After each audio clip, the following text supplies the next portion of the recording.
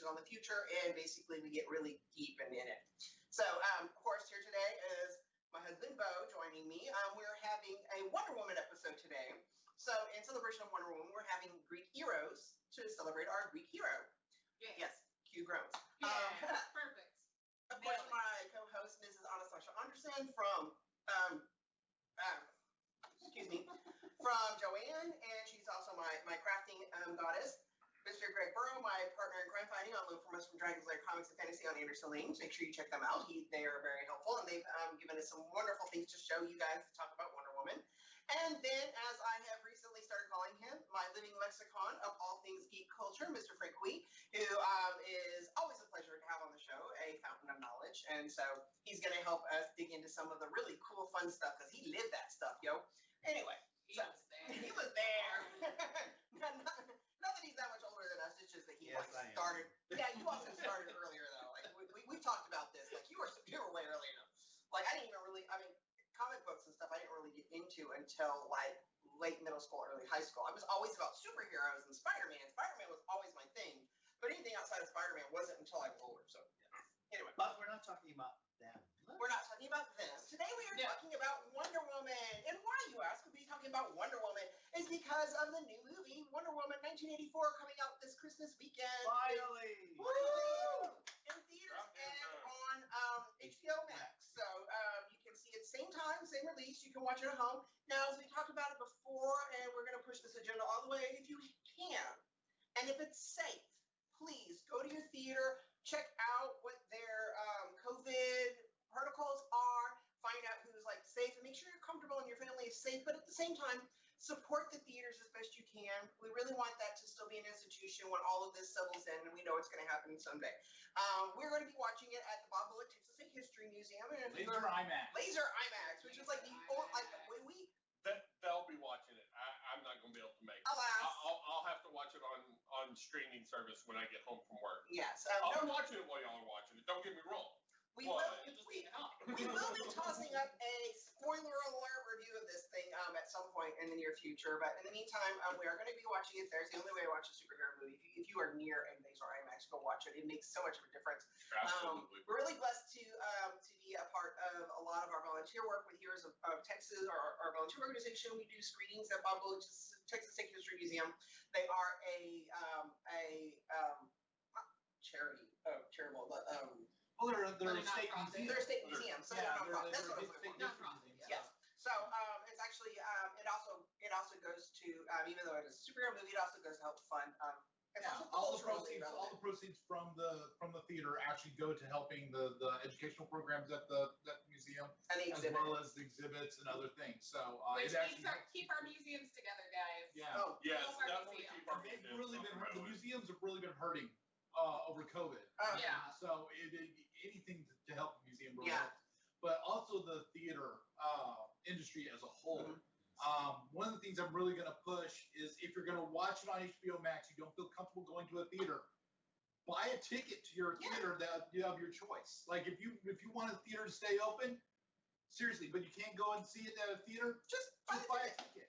Like the moment you're going to watch it on the screen on HBO Max, go on the website for that theater and buy a ticket for the nearest screening of that time, so that hopefully you're not taking a ticket away from somebody else, but you're helping that theater. Yeah, we are going to bring up a little bit of some interesting aspects of the Wonder Woman. It is, in addition to being a sequel to an amazing movie that itself was culturally important at the time. Financially, industry-wise, I don't know how you would actually describe it, but the sequel is also a game changer in itself because of COVID and the way that the movie is being released. It's a very interesting aspect of it too. And when we get around to that part of the history of Wonder Woman, we're going to tell you some fun facts behind that. Yes. But in the meantime, we're going to talk about Wonder Woman in the comic books. Now, just to let you know, we have subjected each other to some challenges for reading some books that we all like, some stories, some comics, as well as watching some, what we can loosely call documentaries. Well, one was some informational sessions. Informational sessions. One was a documentary of sorts. With an agenda. With an agenda. Yeah. And another one was a based on like loosely based on right, based on true story. Historical dramatization. Yes. mention them, but we do want to give you some forethought, some warning here. They are not historically accurate, but that's part of the fun of things that nature, as Anna loves to point out to us. She's like, oh, I'm gonna like look this up. So. Oh yeah, basically I'm the person who likes to watch documentaries and then extensively fact check them for the rest of the week. Yeah. And it's like, it's just a weird hobby now. Yeah, and I'm vice versa. I set myself up for it. Okay, what am I watching and what am I gonna? Because I already know going in that it's gonna be like it's gonna be a skewed truth. I like going in blind. Like I come into documentaries and stuff like that knowing they're probably gonna have an agenda and they're probably going to move some stuff around. So it's like I come in with those expectations and then afterwards I'm like, okay, so what did they change? All right. Well, first off, I want to say the first appearance, of course, of Wonder Woman was All-Star Comics. Number 8 in October of 1941. Her first feature was in Sensation Comics #1 in January of 1942. So those were the first appearances of Wonder Woman, and from that moment on, she's been a game changer. She's changed the entire landscape of the comic industry. So she was created by William Moulton Marston. Now, William Moulton Marston was a psychologist, and this is one part of one of the movies, if you see it, that he was actually, it was accurate. He was a psychologist, and he was one of the forefathers of the modern lie detector. He created the pulmonary, what's the name of it? The pulmonary response apparatus, which was originally a component in the lie detector. He created what is known as the DISC theory, a personality test that is even used in psychology today. Yeah, I mean, Yes, if you're in HR, you've done this before. At Dragon's Lair, we actually took this test. If you have ever had a personality test for a job, it is likely Myers-Briggs, Myers strengths, It is all of those. all based on his research. He actually, based on this, he developed a lot of interesting, shall we say, feminist theories. Yeah. Yes. Which wouldn't necessarily jive today. Right. But one of the things that he actually felt, based on using the lie detectors, he actually felt or theorized that women were inherently more honest than men. Mm-hmm. Because they were more emotionally mature. Yes, and so this idea of having a female heroine and wear the lasso, and he actually that's. It's like the link between femininity and honesty. Yes. Yeah. It's very and a really interesting fact about him was that he was in one of the most long-established, famous polyamorous, polyamorous relationship. He lived with his wife and their lover, his wife Elizabeth Marston and Olive Byrne. Yes. And they were helped polycule even. Yes. Now the drama movie that we're talking about, of course, and you can watch that on Hulu now, is called Professor Marston and the Wonder Women. It is a lot of liberties.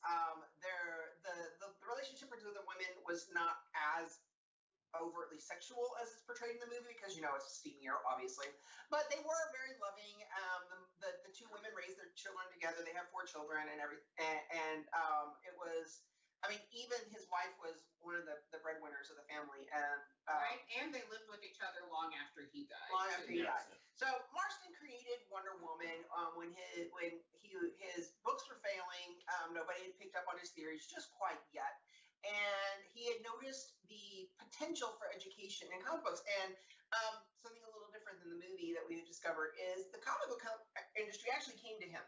They actually came to him as a psychologist to help them to figure out how to use comic books in a more educational way. Especially as we've infamously talked about, we get up to the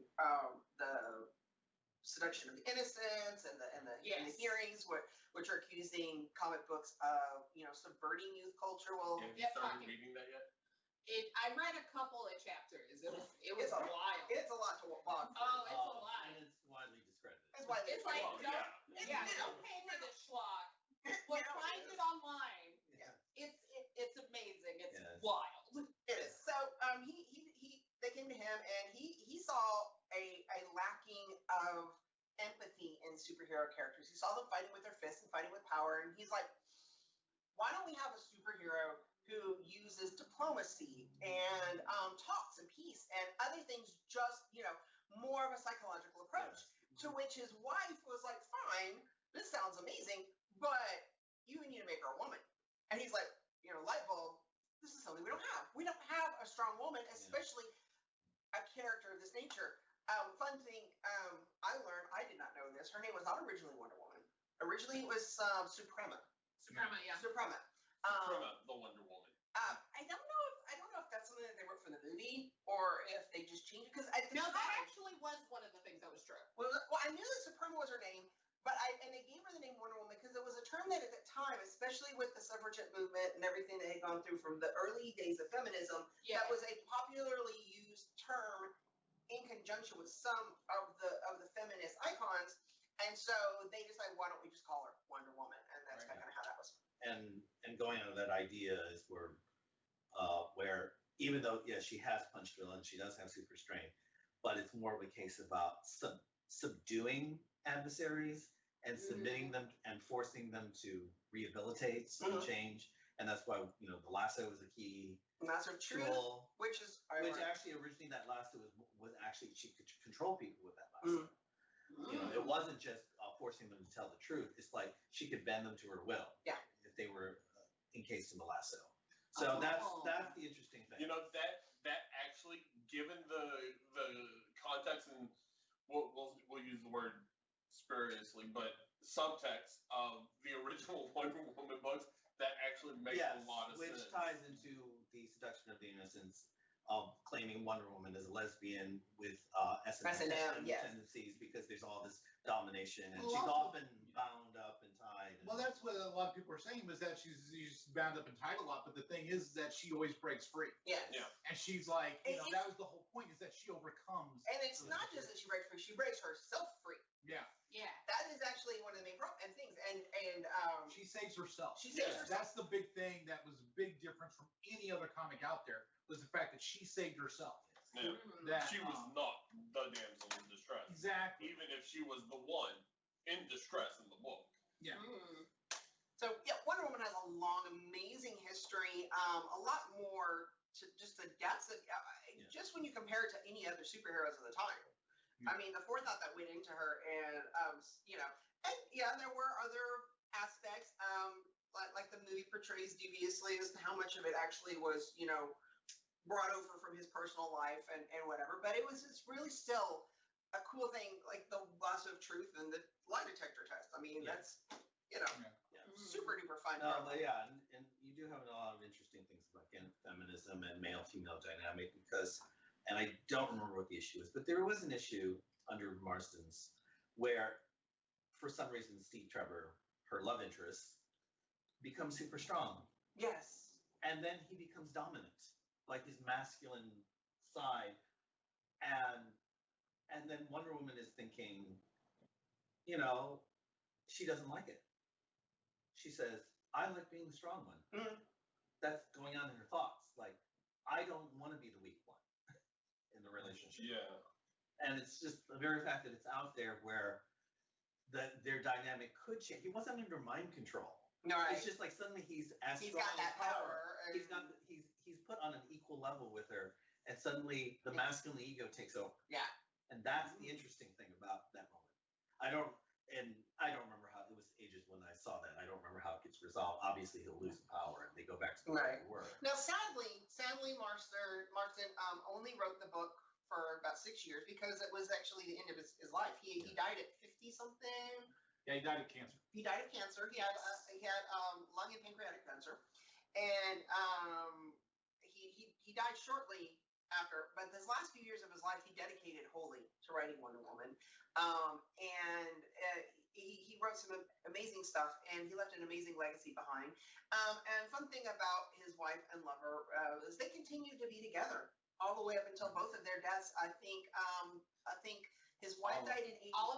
Olive dies first. Olive dies first in 85. And Elizabeth actually died in 2015 or something. Yeah. She was like, she Her was death 100. was relatively She was 100. recent. She was 100 years old. yeah. So that's actually a kind of a fun thing. But unfortunately, after he dies, and writing and things change around, things get changed, and they try to soften her, as men are wont to do. She joins the Justice League. She's actually a founding member of the Justice League. She's a founding member of Justice League. Yes. Okay, but they Yes. only allowed her to stay as a secretary. She still fought and stuff. But She still fought and She was stuff. the secretary. She was their secretary, which was only one of the funny, the weird things I found. I don't think. Right, he just, would've been- oh, bless. Okay. Well, it goes back, that post-era where, the Eisenhower period and post-war period where we're taking the agency back away from the women develop agency. Yes. Right, they And now had they fun wanna take working it back. It's like, all Because they right. made her back. Made We're her We're back. in her back, Yeah. so we're taking away that agency that you developed. Kind Yep. of like a league of their own. Yes. A league of their own. It's kind of Yes. this kind of situation. So And Yeah, so they're you have trying a to lot make them go of- back to You what. have it's a very questionable period in her representation and her writing, Yes. and with a lot of dubious villains, and not memorable villains either, yeah, or not good memorable. not good villains. memorable villains. Yes. A fun fact that we were reading here just a second ago is he did an interview with Family Circle before he died. Yeah. Saying that he believed in the unfulfilled potential of the comic book medium. He actually thought that there was so much more that it could be doing. It would take years before that started becoming a thing. Like when I was a kid, they were finally starting to use comic books for an educational purpose. Yeah, But- also there was like Electric Company and there was other. Yeah. Electric Company, yeah. Yeah. And I think he was like one of the first people to see that. Wonder Woman was the first to actually Oh, yeah. utilize this as more than a pop cultural, as a throwaway. Comic books originally were meant to do nothing more than sell things. It was just like filler for ads, is what their whole purpose was. And so he actually was one of the first people to elevate it to an art form and really see that potential. So, and Wonder Woman is the center of that. So when do we think was a good, prominent changing point in the character's history? Now, good change Or significant change. because there's been multiple changes over the years. Like in the Silver Age, We'd have to. Robert. Yeah. Kanigher took Kanigher? over. And he revamped the story along with other characters, new origin story. So increased the Hellenic and mythological roots. Added more Greek aspects to it. Well, because in the original comic book, they barely touched upon her in Amazon. Like they had her Yes. origin, They have the origin. and they then have she her- leaves, but they hardly do anything else. They Oh, weren't yeah. gonna go back. Yes, it's amazing how back on Paradise Island Yeah. they have victory waves. Those girls, they're so chic right there. And then, of course, in the Amazing. 1960s, we have Wonder Woman losing her power. Yes. The infamous Mike Skakowski. So, and Danny too, Yeah, Denny O'Neil, I think, had a lot to do with A lot it. to Yes, do and he was trying to obviously make her more modern and accessible, and of course Gloria Steinem had choice words for her. well, from what Yeah. I understand, she was meant to originally the concept was kind of at her kind of like the Emma Peel kind of. Yes, and you Was can what they see wanted. that it's the cat suit, and she's being taught martial arts, but it goes back to this idea where Gloria Steinem said, like, you've got one woman with real power, and then you neutered her. Yeah. Yeah. And this is someone that she regarded so highly that Ms. Magazine is on the opening. Yes, please explain to our audience who Gloria Steinem is, because Gloria Steinem we is know who it is, probably one of the premier feminists of the last Right? If you 60 years. want a tentpole feminist, if Yes. you know anything about feminism, you have learned Yes, about she- Gloria Steinem at least once in Yeah, life. she is responsible for like Ms. Magazine, which is prominent. She became famous first by writing this. She went undercover At the into Playboy Mansion. to That's the see, one I know her talk about from. rights, about how they were being treated. Mhm. And she's always been a very well-spoken. She's a smart, intelligent woman who has really been a champion for equality.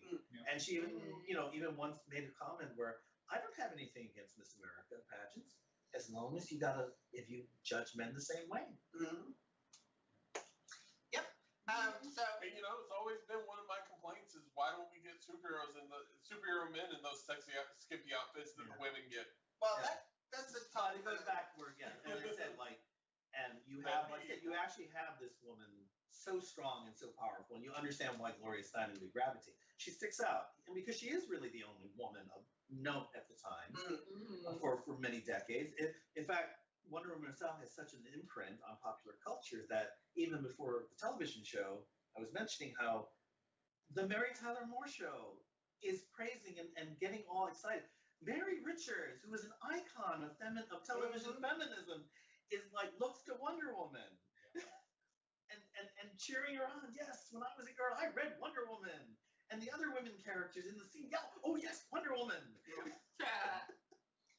I can hardly imagine that anybody. I mean, there's like cross-cultural boundaries. You want to talk about superheroes, especially females.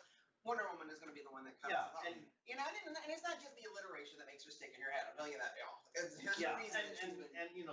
You can understand Gloria's view is like, yes, the modern Wonder Woman is Emma Peel at the time because there's like icon, and there is about you can't get more iconic television heroine than Emma Peel.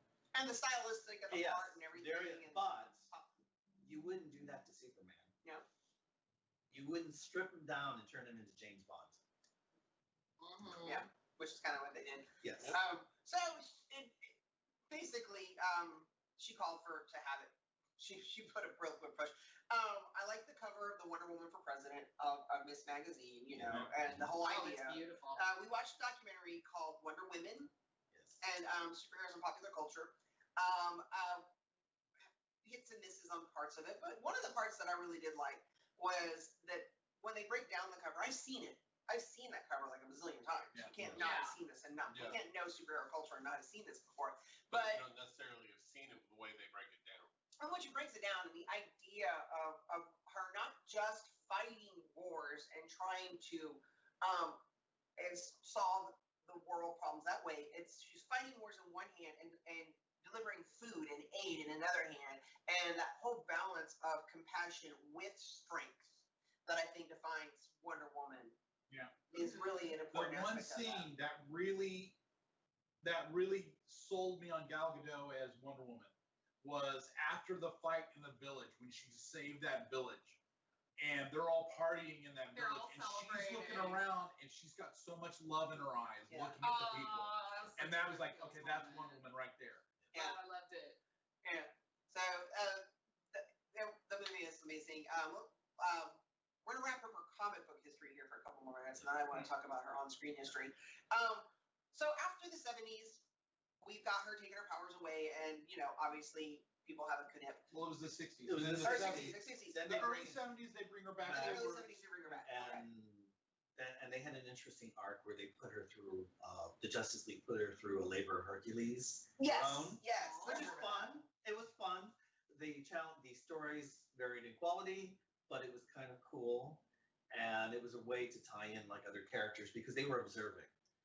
And they were filming her as like this to prove like, yep, she's still sane and it's a long story why they did it. But, I think at this time we need to give praise to Milton Glazer, who designed the Bullet logo adopted by DC in 1977. But he also created a stylized Wonder Woman symbol that replaced the eagle. Yeah. Yes. That it for a long time.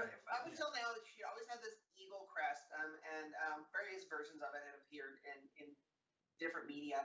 But Superman and Batman both had great success with this iconic logo that they had developed, and they wanted something for Wonder Woman. Yeah. And honestly, this is definitely the power of good design. Yeah. I think a lot of the logo in itself is what ended up basically turning Superman, Batman, Wonder Woman into the trifecta trinity of DC.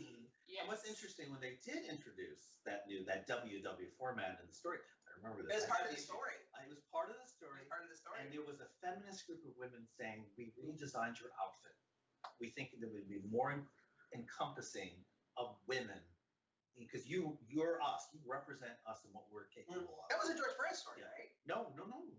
This is before George. Before George, pre-crisis. Oh, it's pre-crisis. Pre-crisis. Well, I knew the design was pre-crisis, but I didn't know that they did the story after. No, because they actually, she has that WW when she leaves the island in George Perez, and it's a publicist who said that looks like WW. What can you call her? Wonder Woman. Oh, so they call it Superman. It looks like an S, so we'll call it an S. Yes. Okay.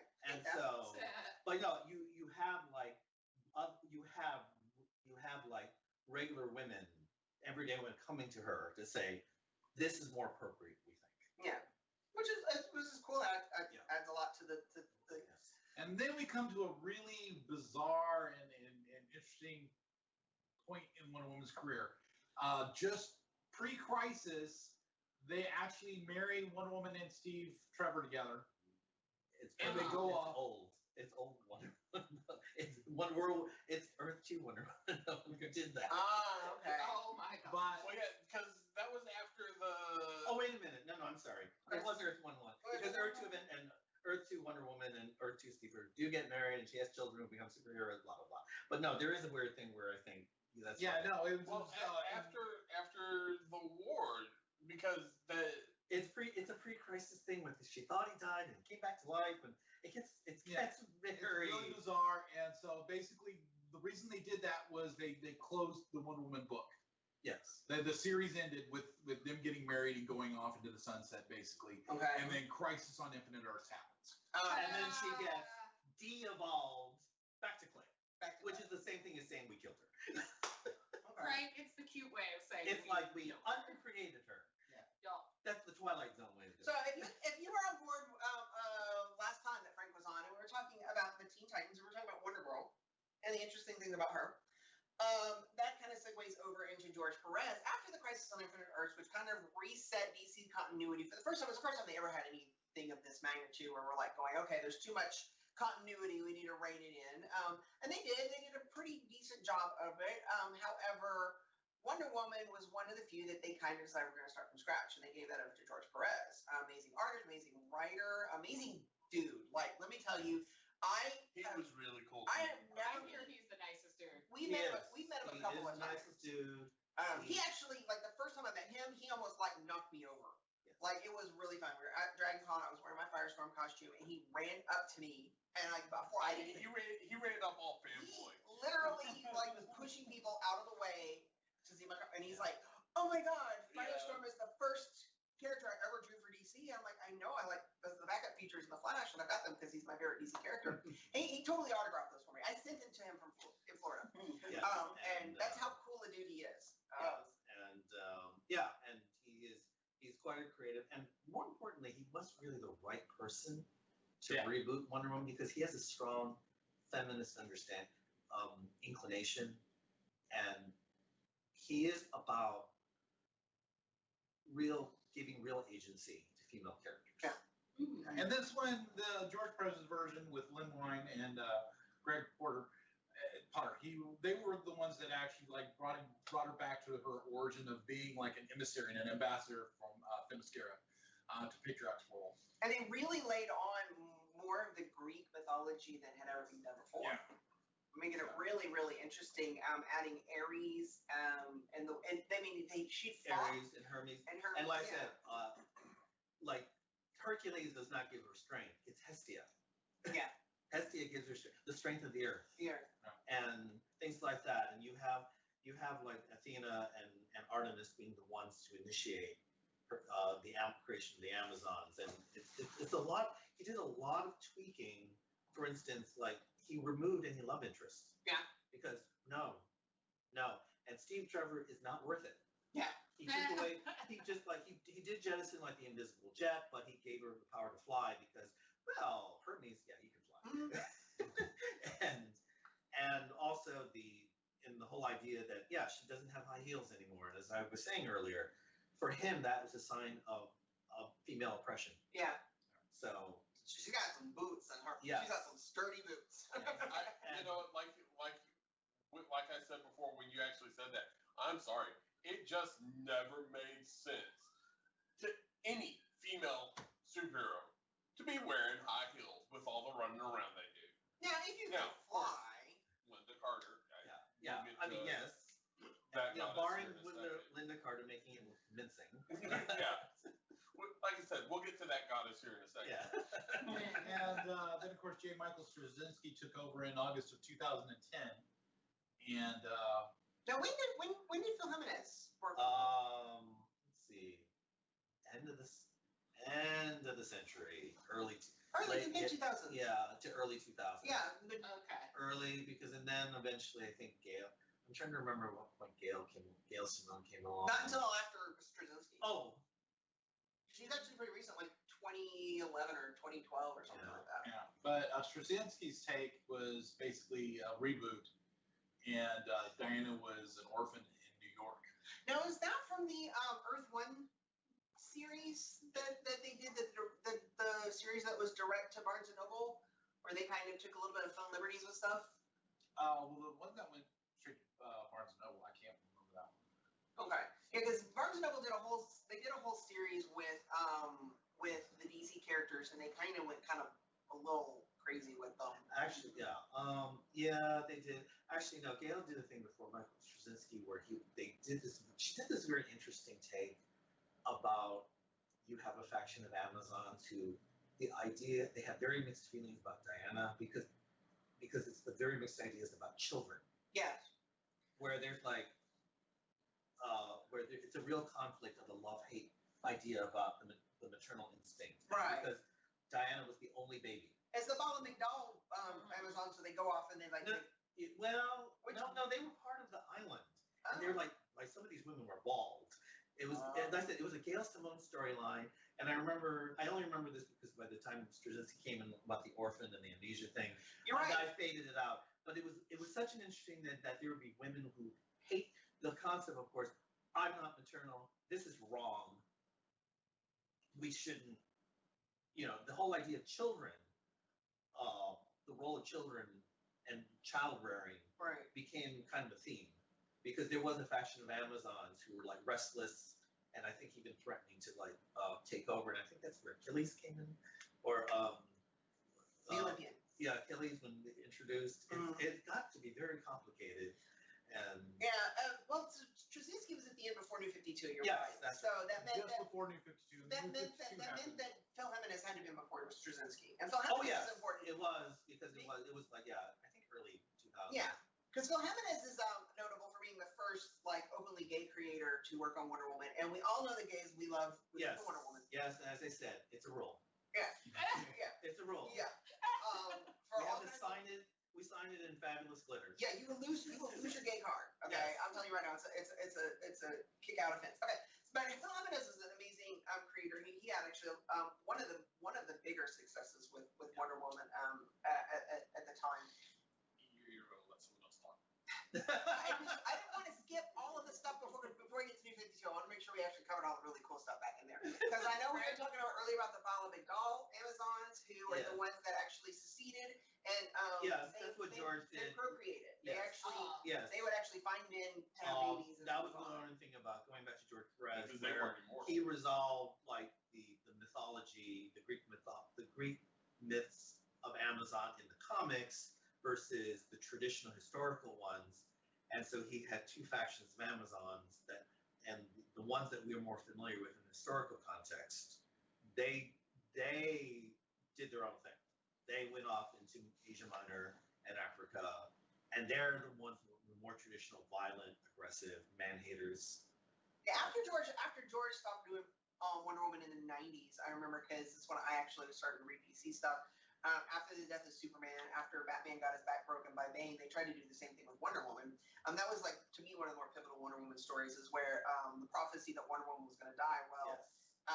her mother Hippolyta basically tricks her into losing her position as Wonder Woman and gives it to one of the Bala McDowell Amazon, Artemis, which of course is the Roman equivalent of Diana. Yes. And Artemis gives you the big crazy redhead Yes. Wonder Woman from the 90s, which is always Yeah. fun. And you had that. You had that spinal distorting artwork. Yes. Yes. Oh my And then- God. and then- That was the time Hair where women, porn. The never-ending superhero ponytail. women didn't have normal spines. Yes. It's like that was That was the time 90s of the hair extreme. porn. Yes. Yeah. That was we talk about the 90s extreme. And- I love but in extravagant fairness, hair. it was a great story, and it was the post 0 hour. Yeah, It was a zero post hour. 0 hour Mhm. story. And it's an example of how you can still manage to write a good story in spite of all the continuity juggling that was going on. It was fun. I liked the character. People loved or hated Artemis. What the main thing most people hated was Wonder Woman or Diana's costume. But Me sure. personally, it was the blunt bangs because I hate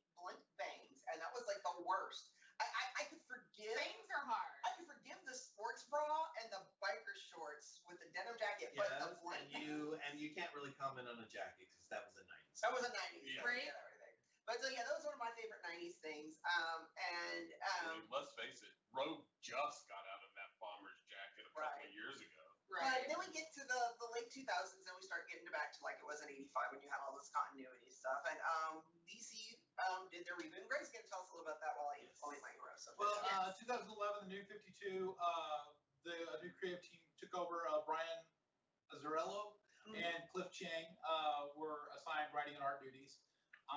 And they kind of went with a more militaristic. Okay, I'm sorry. I hated what they did to Wonder Woman in the 52s. you tell me. The thing that I grew up with Wonder Woman was she was a diplomat, she was a teacher, she was an ambassador.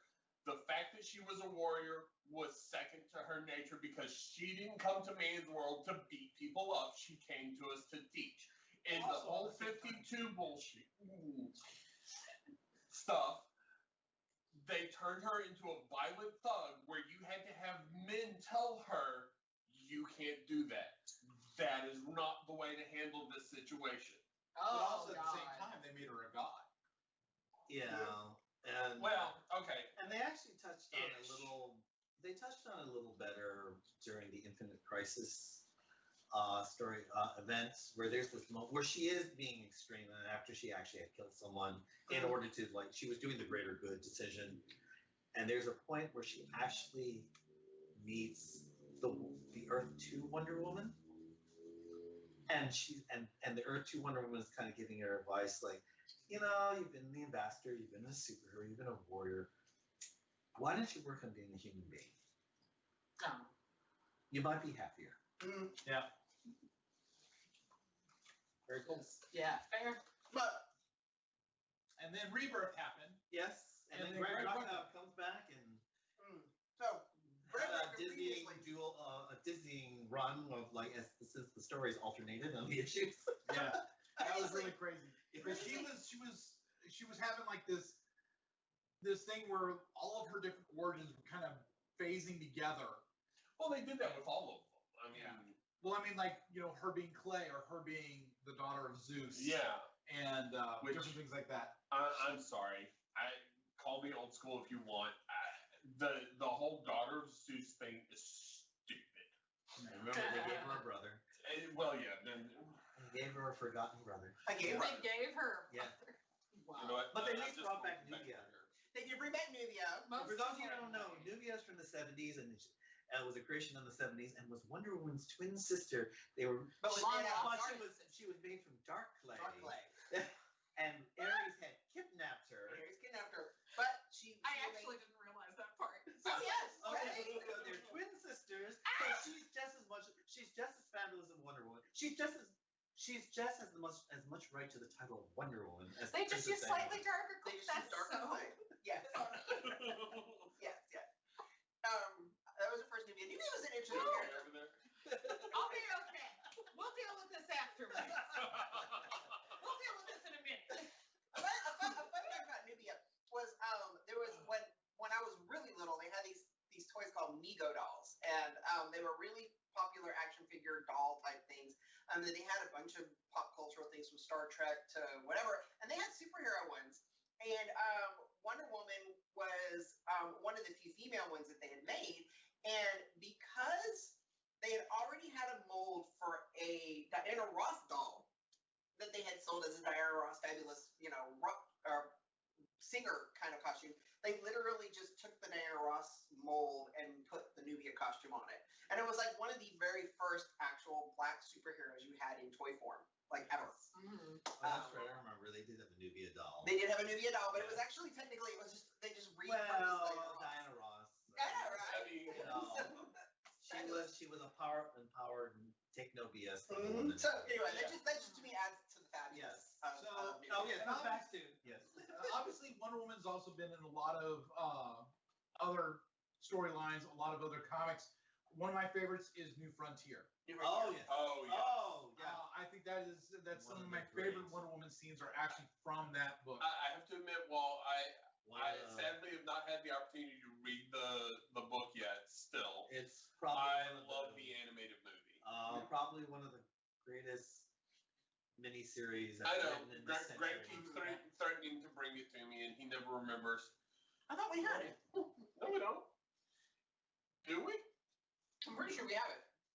Then you need to find it for me. With as often as I say I haven't read that yet.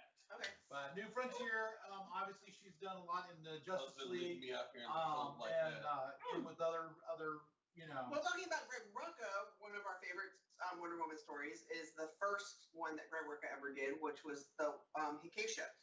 If you're familiar with Homeric version, you've read of the Iliad, then you know the Hikasha is a You ritual. had to explain this to me earlier I today. thought, yeah. So anyway, I have never read the Iliad. it's a ritual of subjugation by which basically, for protection, you offer yourself in complete humility, humble. You become a servant to a stronger power who agrees to take you on as somebody that they protect you. And it was an ancient ritual which was very, very seriously taken back in Greek times, and just the person who was responsible for the subjugate was just as bound. It was like basically a life oath. You know? Right?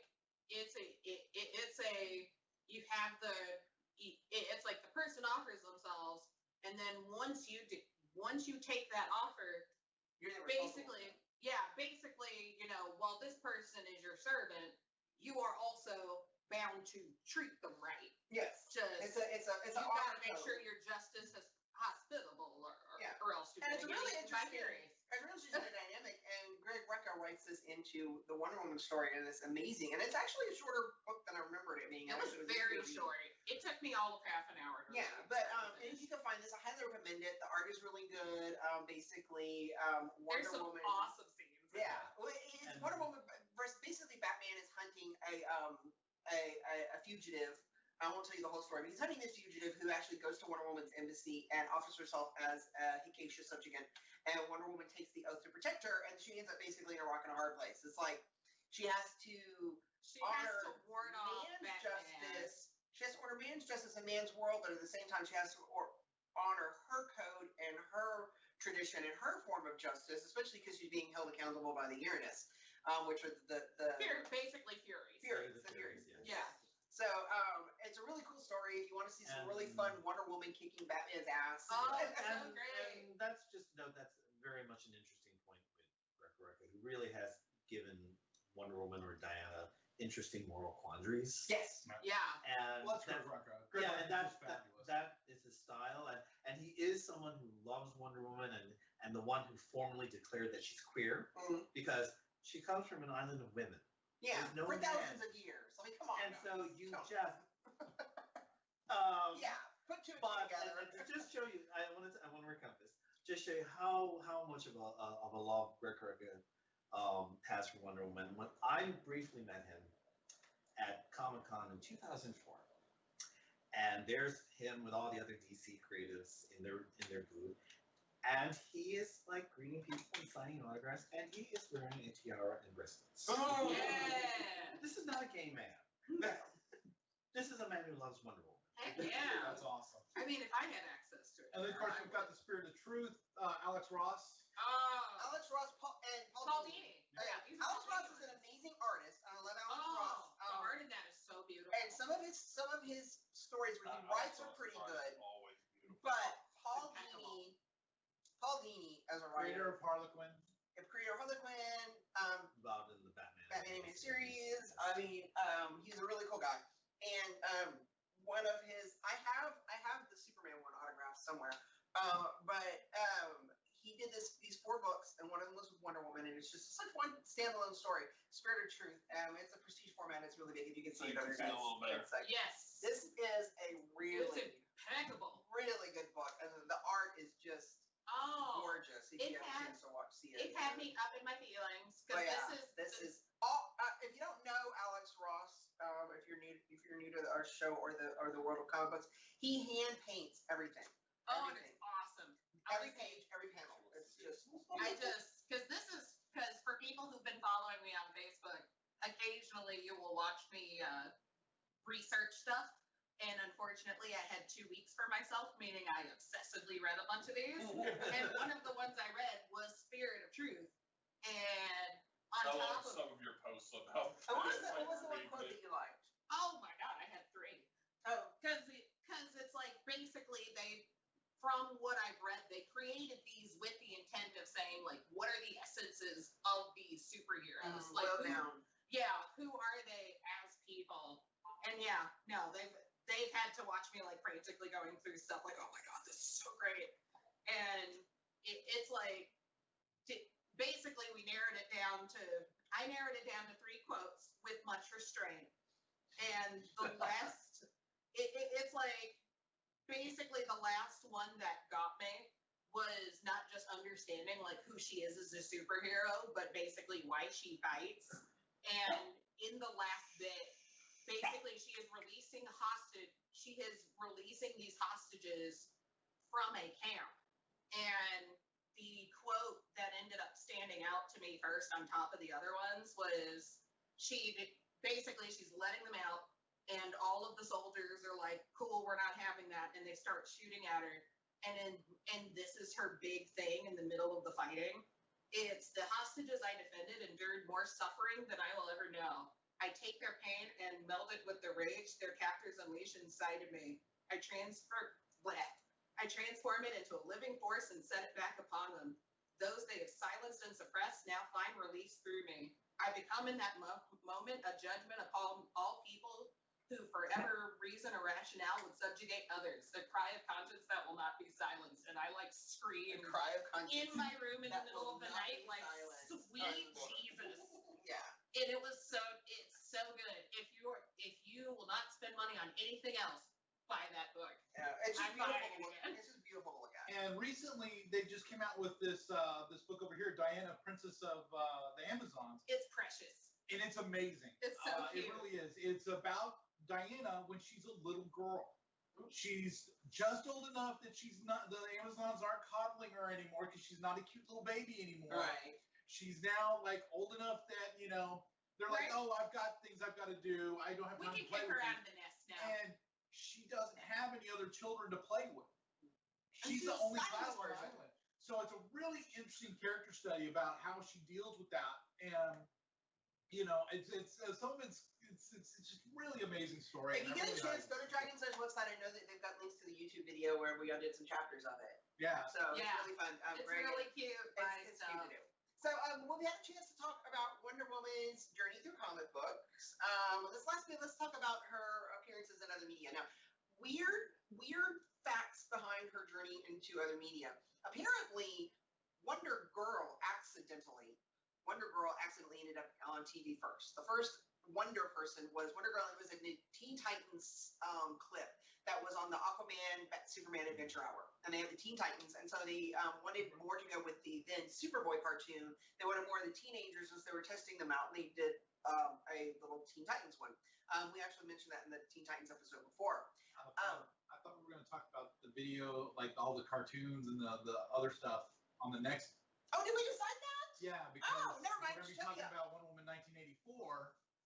Okay. Right? Y'all want to I'm know sorry. who the heck all I these got people are. confused. I thought I was like, guys, we're not gonna have enough time to talk about this other stuff. Now, Good. but we will talk about Thank who God. is your favorite villain for Wonder Woman. Favorite Wonder Woman villain?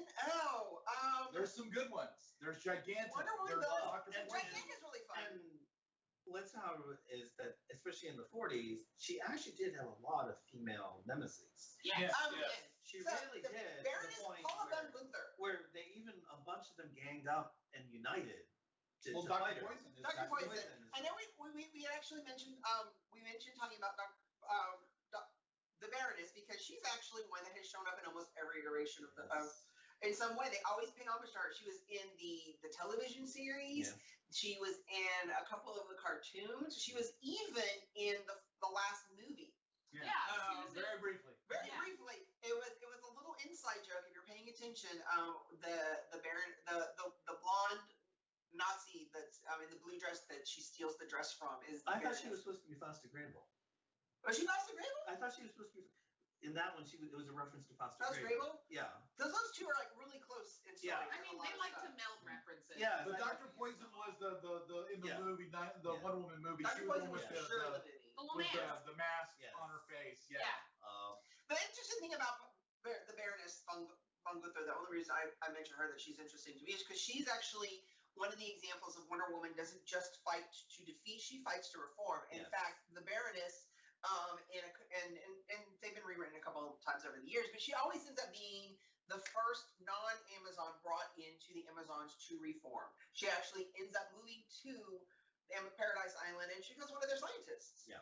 And Yes. yeah, for me, I always go with the classic. I have to go with the Cheetah. Cheetah. And I prefer the original Cheetah actually as opposed Yeah. to the modern Cheetah. Because Priscilla, there are three in not that not Barbara. Barbara and Minerva, and it's because it's an interesting. If you look at the actual origin, is that she really needs a good psychiatrist, Yeah. but it sets up an interesting dynamic if you think about it at the time, where it's really mean girling. Yeah. What it comes down to, where you have someone who is in awe of Wonder Woman, but very resentful. Yeah.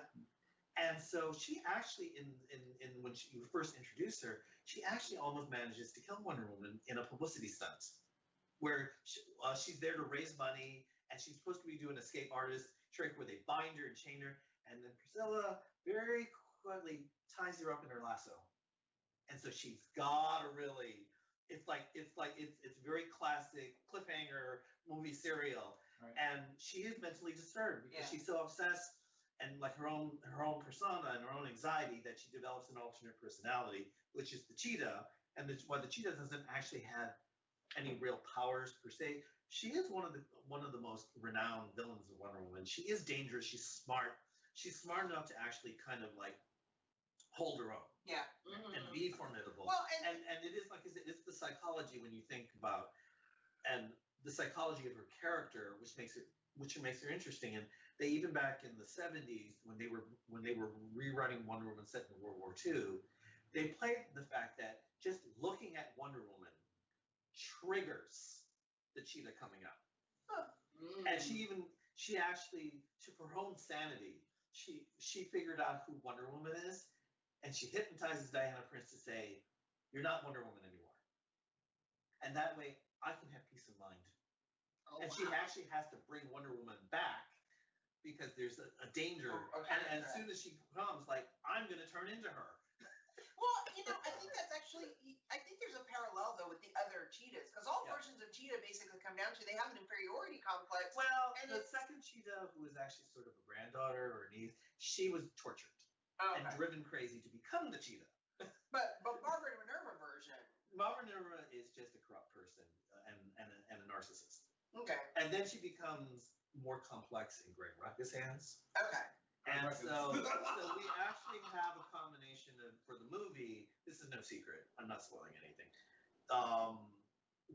The movie version of the Cheetah Is is a melding of yeah. the two. You have Barbara Minerva and her eventually evolution, but it's more of the motivation of the original Cheetah, Right. where going into it. And I'm kind of glad about that. But that's a Yeah. good that's a good, like talking about, Wonder Woman being created by psychologists. It's a good psychological setup for a villain. You're right. That Yeah. makes it really interesting because Wonder Woman is this representation of female empowerment. And almost an impossible standard, and almost which an impossible gets standard. touched upon every once in a Yeah. while.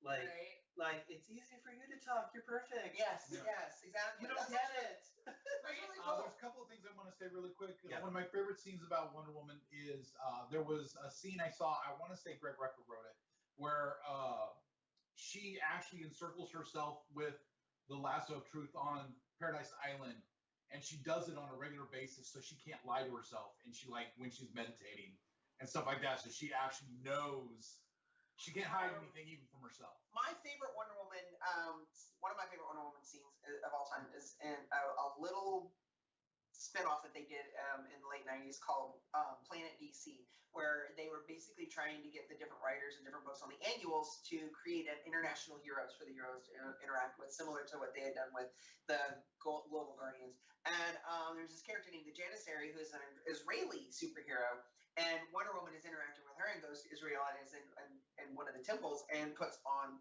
the burqa and the robes and everything. And somebody's like, "What are you doing?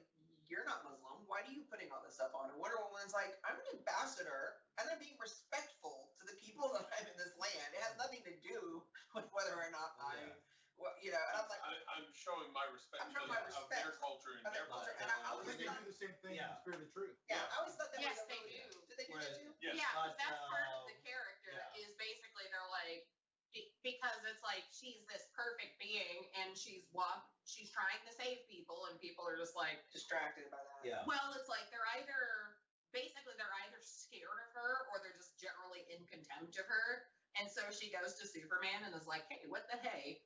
Why can't, it's like, why can't I like get anything out of them? Because all these people are treating me with hostility." And that's when he prompts her to be like, "Hey, try being more human for once. Dress in normal clothes. See what happens." Yeah. It's Yeah. where it's one of the stories where she gets a secret identity and she goes from being Princess Diana to Diana Prince. Yeah, It's why she picks up the pair of glasses. Oh, yes, like now suddenly she's not one. No, Yeah, it's right, like, right, right. to quote the movie, weren't we supposed to make her less attractive? right.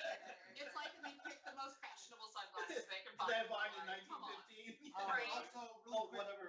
Oh, yeah, I'm sorry. No, Whatever. it's fine. I didn't know if there are other notable villains. Well, really notable quickly, I villains. just wanted to say before we run out of time that if you bring your movie ticket stub from the Bob Bullock Tech State, Bullock Tech State History Museum, Yeah. Laser IMAX to Dragon's Lair, you can get a free hero pop, flick.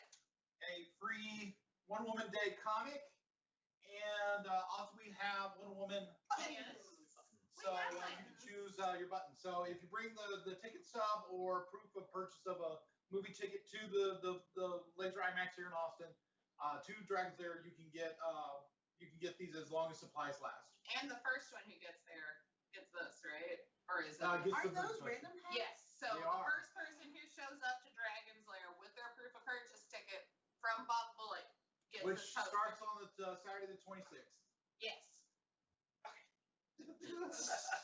Yeah. Back to villains. Giganta's really cool. Giganta's what happens to the original. Cersei.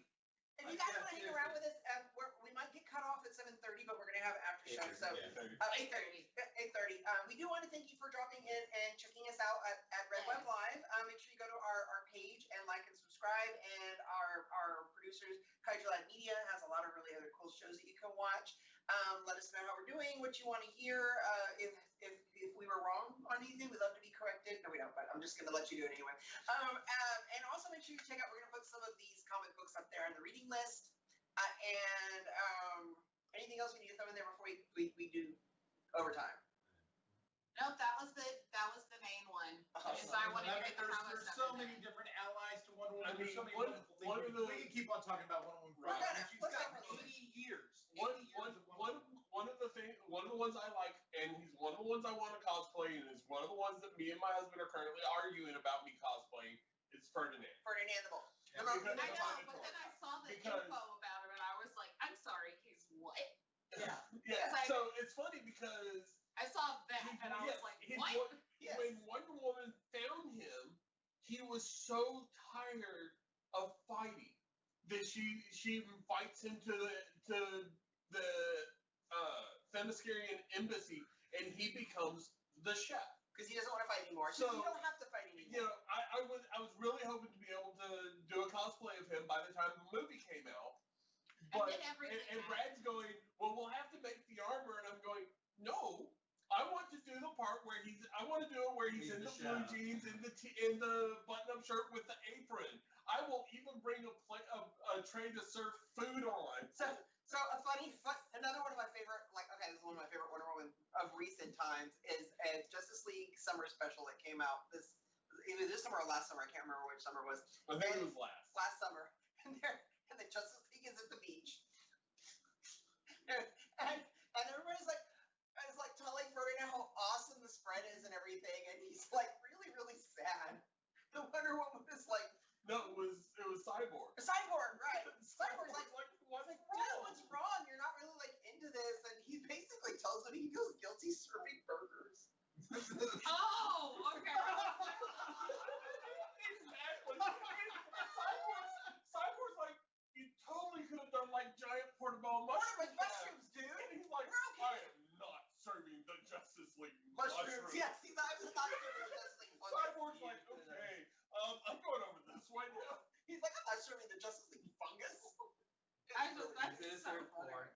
Yes, I know, but it's just like the whole idea of this like minotaur, like looking disdainfully at a plate of burgers on the grill. Okay, your beef. That is so wholesome. It's priceless. I love that.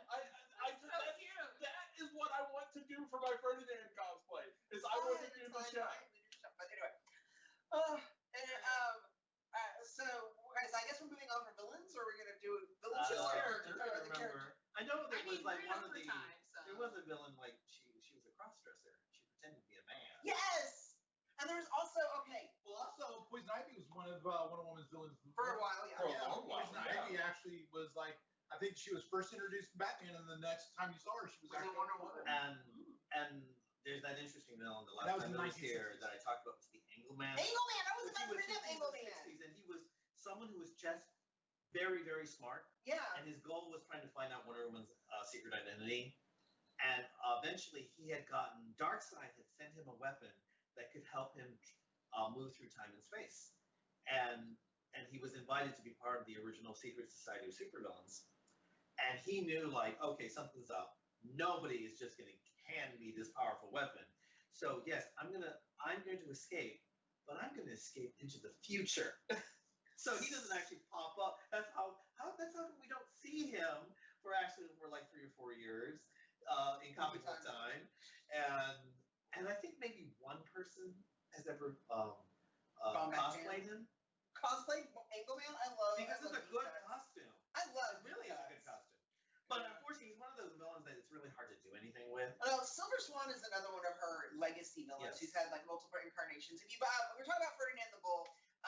There's a recent that just came out last summer, animated film Wonder Yes. Woman Bloodlines, which has both a version of Silver Swan and what was her? I do like some of these costume depictions. You were just saying They're you missed her Wonder Woman's mentor in Oh. Man's World at the beginning. Vanessa? Vanessa. Okay. Yeah, Kind of because close, yes. you should know that the original Silver Swan goes back to this whole idea about Wonder Woman being the impossible Impossible, ideal. yeah. When she was first introduced, as she said, I'm someone to just show you, like, I'm sorry. It's just like, no, I'm here, like, I'm fighting her because it's ridiculous for her to be talking about how we can achieve all that. She's practically a god. Now, She's to not be human. fair though, Silver Swan had Yes. what they now call, body dysmorphic disorder. Like she was convinced that she was. Oh yes, yeah, no, even like I'm trying to remember. I think there was even like a pre-crisis Silver Swan. It goes off that, Oh, but really? it plays, yeah. But George made her a little more interesting, and Yeah. then of course they I like brought her. this one. That's the more modern one, the kind of That's cyborg the new one? Yeah, Yeah. yes. But the original Silver Swan was Who's your fabulous and favorite? pretty. Which version Yeah, of Anna this- Candy's your yes. favorite? This Golden you know, Age, No, yeah. no. The Part of that? original from George Perez, blonde. Blonde, yeah. Blonde, Is that that- one. yeah. Let me see. Fabulously blonde and Yes, angelic yes, looking. Oh, that yeah. one. The angelic. I like- And there's even an earlier version that I think Yeah, that's the one I remember. I Gene love Colan, this costume. that Gene Colan? Gene Colan drew, and Yeah, the Anna other Candy, which is your favorite version? You Mine's know- the original Golden Age. Yeah. I don't Golden- really remember oh, many stories with no. her. film version. Film version is awesome. I'm sorry. Film version. The film version is awesome. Yeah. But I I don't know her wish from they would story. have done more with that. I wish Garden more I people wish than that this. they had done a Coulson with her in like Yeah, even the yeah, extras. yeah. Even the extras. Right. Yeah. Done a couple of shorts with her. That would have Yes. been I fantastic. could have. Oh well, at least the actress is on Sabrina. I love her. I love that. Yeah. Most importantly, though. As far as villains, I don't know a lot of her villains except for the weird ones. Like I do Well, remember. I like what you were telling I me was about Cersei earlier. Yeah. How she was less mustache twirling villain and more of, sweetheart, it's nothing personal. It's either you or me. Yeah. Yeah, and because she, I mean, people isn't have to that remember just Greek mythology? Yeah, It's just because- like, sorry, man. because Cersei has demigoddess kind of quality, Ooh, she has a cool costume. The too. first Wonder Love Woman that. animated. Yeah. Yeah. The original one The first and Wonder her Woman whole animated attitude was I'm a sucker for Grecian gowns. yes, so like I'm her ah! attitude wasn't about I'm going to conquer the world or no. It's survival, honey. It's just pure. It's not personal. I have all the power and the trappings that I need. You're just a threat to my way of life. Yeah. I know. Right. I don't know. I know you don't mean it, but it's that prophecy thing that we can't ever get around. Okay, so we gotta wrap. Oh, All right. So, Get around. Okay, everybody. Okay. yeah. See you, Yeah. Wonder Woman. See you, Wonder 1984. Woman, and if you think of any other cool Wonder Woman things that we missed, I mean, we can always come back and do another Wonder Woman. There's a Wonder Woman Day. When is Wonder Woman Day? We'll try and come back and do a sequel on Wonder Woman Day. Yeah. In the meantime, go I support think your like Join it us was a after few- the I think- movie on Sunday. Not for a while. Not for a Wonder Woman while. Day, not for a while. Not for a while. Saturday. But, Yes, yeah. Saturday. We're Come going to on. see the movie on Saturday. We might post up a couple of like little live Reaction. and reactions. Up Yeah, there. keep an eye out for our live reactions. Thank you so much for your support and watching the show. And